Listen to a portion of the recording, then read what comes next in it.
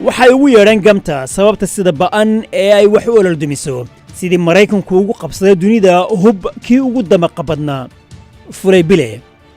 teknolojigan cusub fulay bile waxaa saaska loo dhigay kadib dagaalkii koowaad ee dunida tan iyo intii ay gaadhay sida uu yahay maanta waxaa amaamudkeeda lahaa abraham karim oo duuliyo reer israa'iil ah goor dambe halabuurka waxa uu ka iibiyey general motors iyaday ahayd xilligaa kadib tii horboodaysay samaynta fulay bile ciidamada maraykanku waxay leeyihiin 10,691 fulay bile bush madaxweynihii hore ee maraykanka ayaa u adeegsaday 57 jeer wuxuu xilligaa ku sheegay dagaalkii cusbaa ee ugaadhsiga dunida waxaa sidii ugu badnayd loogu adeegsaday xilligii obama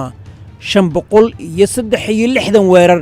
isagoo aaminsanaa inay caqli xumo tahay in cadowga foolka fool iyo keeniskaayo si loo wajaho fulay bile waxa uu la gaadh yahay kharashyarida dhaqaalaha ku baxaya kama badna saacad keliya oo ay weerar lagu hobtay qaado $3,250 Maraykanka ah halka ay F-35 oo saacad keliya weerar ololdumisa qaada ay ku baxayso adduun dhan $16,500 fulay bile waa ay muuqataa sida xoogan ee uu ololdumis iyo weliba nabardamaq isugu daray hoggaankii alqaacida tan la xidhiidha siyaasadii maraykanka ee qudhgooyada waayo dareen mariska fulay bile uma kala socno kan loo jeedo iyo inta agtaa la toona halkaas ayaa in badan oo waxay galabsatay aysan jirin ololdumiskaasu gafuurka ku qaata agidda 4 fulay bile waxay u baahan tahay oo keliya 2 duuliye xarun dhulka ah iyo xidhiidh danabside aamina crash saldhigga ciidamada maraykanka ee nevada ayaa ugu weyn dunida oo dhan halka laga haga fulay bilayada inta la og yahay fulay bilayada waxaa dunida uga baxay sanadkii 2016 oo keliya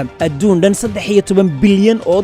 Maraykanka ah dhaqaalihii ku baxay dhanka ciidamada oo keliya ayaa gaadhay 8.5 bilyan dhaqaalaha 60% waxa uu gacan galay 4 shirkadaha Maraykanka ah droniska waxa kale oo loo adeegsadaa beeraha dhismaha qaadida muuqaalada adeegga xaafadaha ilaalinta seerayaasha dabdemiska iyo tan ugu muhiimsan ee baahinta shabakadda internetka fulay bile tan iyo maanta waa aalad dagaal oo halisa isla markaana aan xuduud lahayn tani waxay dhalisay dood xagga sida ay u dabamarsan tahay xeerarka dalkan Maraykanka qisadan urugada leh waxa af xiray Colbert oo kaftanyahan Maraykan oo yiri haddii ay intuba tahay fulay oo guli ku dhaweyda tan la xidhiidha dagaalka joogtada ah ee aanu argixisada kula jirro waa in aanu shanta oo la tagnaa dani bas tiri inuu xeerka dalkanu qayb ka noqdo